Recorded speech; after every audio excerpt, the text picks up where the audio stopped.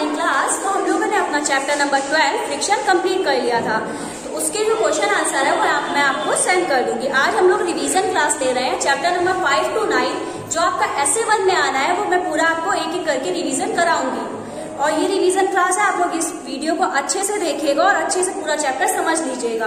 और जो इसका वर्क है चैप्टर नंबर 5 का, मैंने PDF ऑलरेडी सेंड कर लिया है, तो उसको कंप्लीट कर लीजिएगा, वरना आप लोग एग्जाम में याद कैसे करेंगे।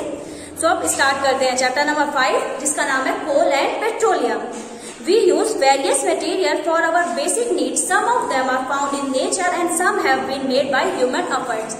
तो क्या है, हम लोग बहुत सारी चीजें जो अपने डे टू डे लाइफ में यूज करते हैं, उसमें से बहुत सारी चीजें हैं जो हम लोग को नेचर देता है। जैसे हमारी एयर है, वाटर है, ये सब हम लोग को नेचुरल रिसोर्स है जो हम लोग को नेचर दे रहा है। और बहुत सारी चीजें हैं जो हम लोग ह्यूमन एफर्ट, मतलब अपने एफर्ट से भी बनाते हैं, जैसे टेबल, चेयर, फैन, ये सब क्या है, ह्यूमन एफर्ट से, मैन मेड चीजें ह्यूमन एफर्ट से बनी है। अब देखिए एक्टिविटी 5.1 में आपको नेचुरल चीजें लिखनी है और मैन मेड चीजें लिखनी है।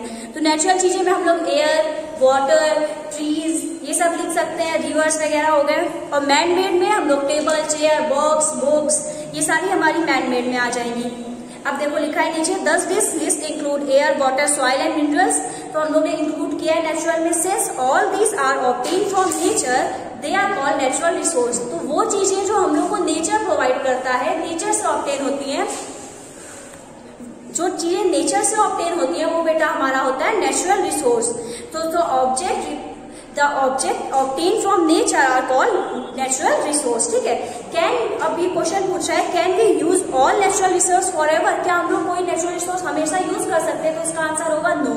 कुछ नेचुरल रिसोर्स हैं जिनको हम लोग हमेशा यूज कर सकते हैं, लेकिन काफी सारे नेचुरल रिसोर्स हैं जो कुछ टाइम बाद हम लोग के धीरे धीरे खत्म भी हो सकते हैं। Can air, water, soil be exhausted by human activities?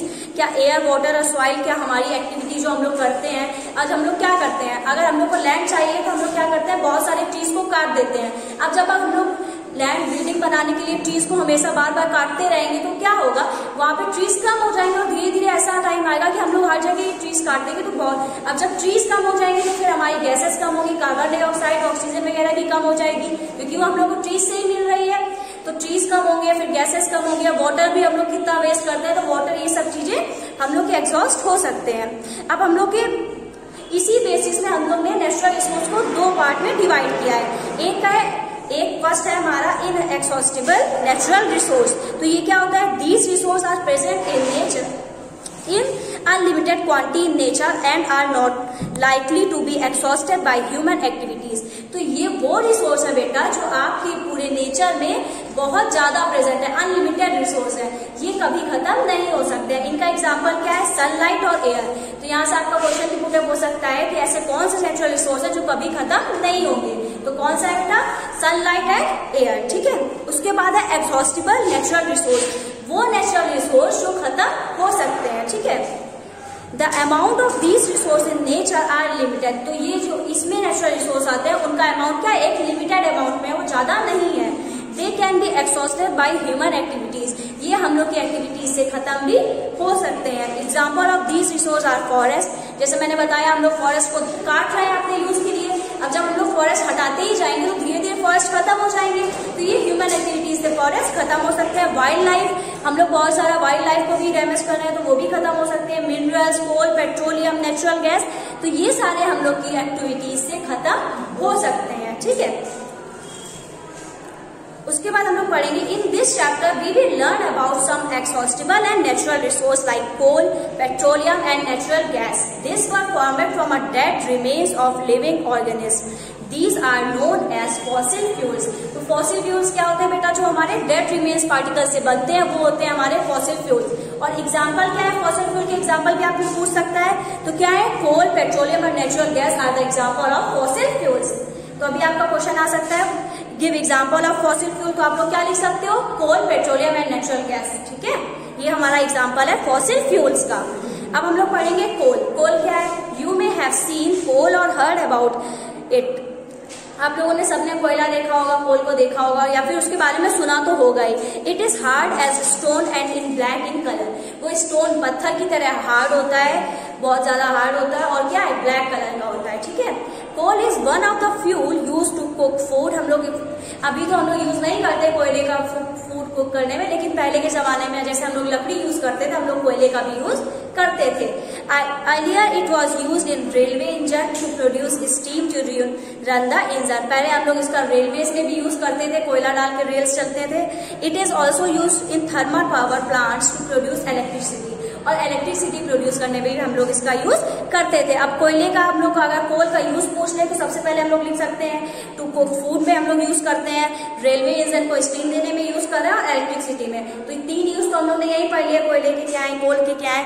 Coal is also use as fuel in various industry, और कोल फ्यूल की तरह भी यूज होता है बहुत सारी इंडस्ट्रीज में। अब story of coal, story of coal में हम लोग पढ़ेंगे कि हम लोग को कोल कहाँ से मिला और कैसे ये बनता है।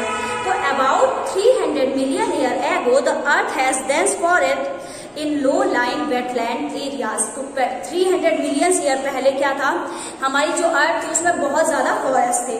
Due to natural resource like flooding these forest got buried under soil. अब जैसे फ्लड आता है तो क्या होता है, बहुत सारे पेड़ पौधे क्या होते हैं, नीचे मिट्टी के अंदर धस जाते हैं। बहुत सारे पेड़ पौधे, साइक्लोन आता है, फ्लड आता है, तो नेचुरल रिसोर्स की वजह से जब फ्लड वगैरह आया तो वो जो फॉरेस्ट थे वो क्या हो गए, बहुत ज्यादा नीचे दब गए। As more soil deposit over them, they were compressed. जब बहुत सारी उसके ऊपर सॉइल बन गई तो वो क्या हो गया, बहुत ज्यादा नीचे कंप्रेस हो गए, बहुत ज्यादा नीचे चले गए। The temperature also rise as they sank deeper and deeper, और जैसे जैसे टेम्परेचर राइज होगा गया, टेम्परेचर बढ़ता गया, वो और नीचे जाते गए, ऊपर सॉइल बनती गई और वो जो पेड़ पौधे थे हमारे बहुत ज्यादा नीचे धंसते गए। Under high pressure and high temperature dead plant get slowly converted to coal. जब बहुत ज्यादा हाई प्रेशर हुआ और जब उनके ऊपर इतना सारा सॉइल का प्रेशर पड़ा और बहुत ज्यादा हाई टेम्परेचर हुआ तो क्या हुआ, जो डेड प्लांट्स थे हमारे वो धीरे धीरे किसमें कन्वर्ट हो गए, कोल में कन्वर्ट हो गए। ठीक है, तो अगर हम लोग को पूछा जाए कोल कहाँ से मिला, तो हम लोग क्या हुआ, पहले जो फॉरेस्ट थे वो हमारे फ्लड की वजह से क्या हुए, नीचे दब गए, और फिर वो जब हाई प्रेशर और हाई टेम्परेचर की वजह से वो किसमें कन्वर्ट हो गए, जो हमारे पेड़ पौधे थे वो कन्वर्ट हो गए कोल में। ठीक है, as coal contain mainly carbon. Coal क्या है, सबसे ज्यादा मेनली क्या कार्बन होता है। ठीक है, कोल में सबसे ज्यादा क्या होता है, कार्बन होता है। The slow process of conversion of dead vegetation into coal is called क्या है, कार्बनाइजेशन। तो अब कार्बनाइजेशन क्या होता है, process of conversion of dead vegetation into coal. जो डेड वेजिटेशन मतलब जो मरे हुए जो हमारे पेड़ पौधे हैं, जब वो कोल में कन्वर्ट होते हैं तो वो हमारा पूरा प्रोसेस क्या कहलाता है, कार्बनाइजेशन। बहुत इंपॉर्टेंट टर्म है, इसको आप लोग डेफिनेशन लर्न कर लीजिएगा। Process of conversion of dead vegetation into coal is called carbonisation. ठीक है, since it was formed from the remains of vegetation, coal is also called fossil fuel. अभी हम लोगों ने पढ़ा था फॉसिल फ्यूल क्या है, तो कोल क्या है, हमारा फॉसिल फ्यूल है। अब कोल माइन सोन इन, अब देखो आगे आपको कोल माइन भी एक दिखाई गई है, कोयले की खान जो होती है जहाँ से हम लोग को कोयला मिलता है। When heated in air, coal burn and produce mainly carbon dioxide.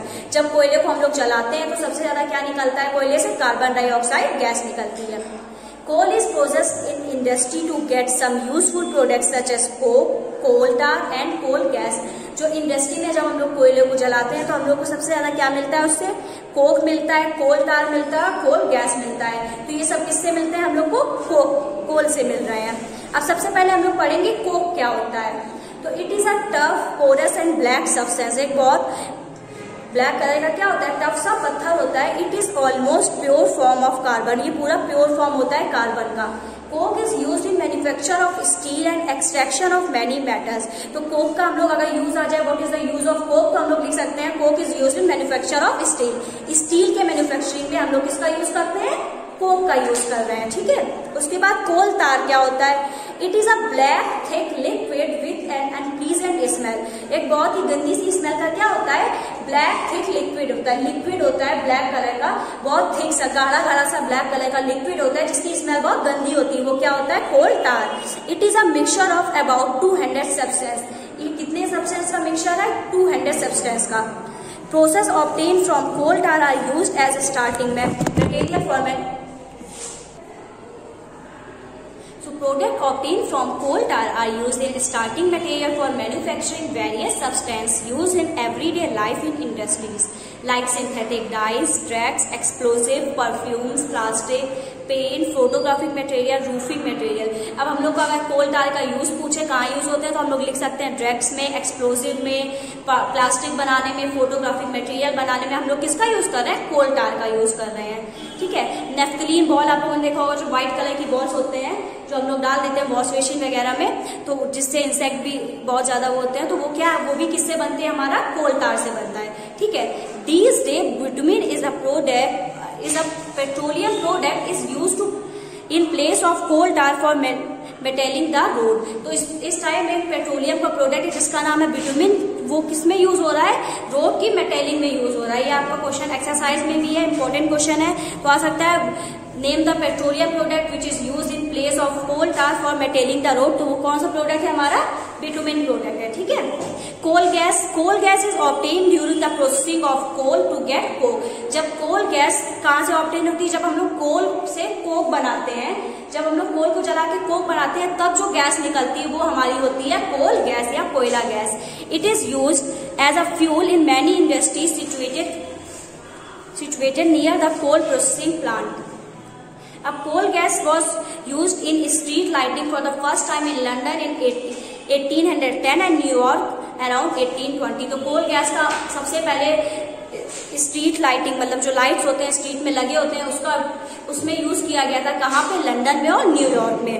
अब nowadays it is use as a source of heat rather than heat, लेकिन इस टाइम हम लोग उसको सोर्स ऑफ हीट ज्यादा प्रोवाइड करने के लिए यूज कर रहे हैं कोल गैस का, लाइट के लिए ज्यादा यूज नहीं कर रहे हैं। किसके लिए यूज कर रहे हैं, सोर्स ऑफ हीट की तरह से यूज कर रहा है। तो हम लोग ने यहाँ पे कोल गैस पढ़ लिया है, कोल टार पढ़ लिया है, कोक पढ़ लिया है, तो कोल वाला पूरा पार्ट हम लोग ने इसमें कंप्लीट कर लिया है।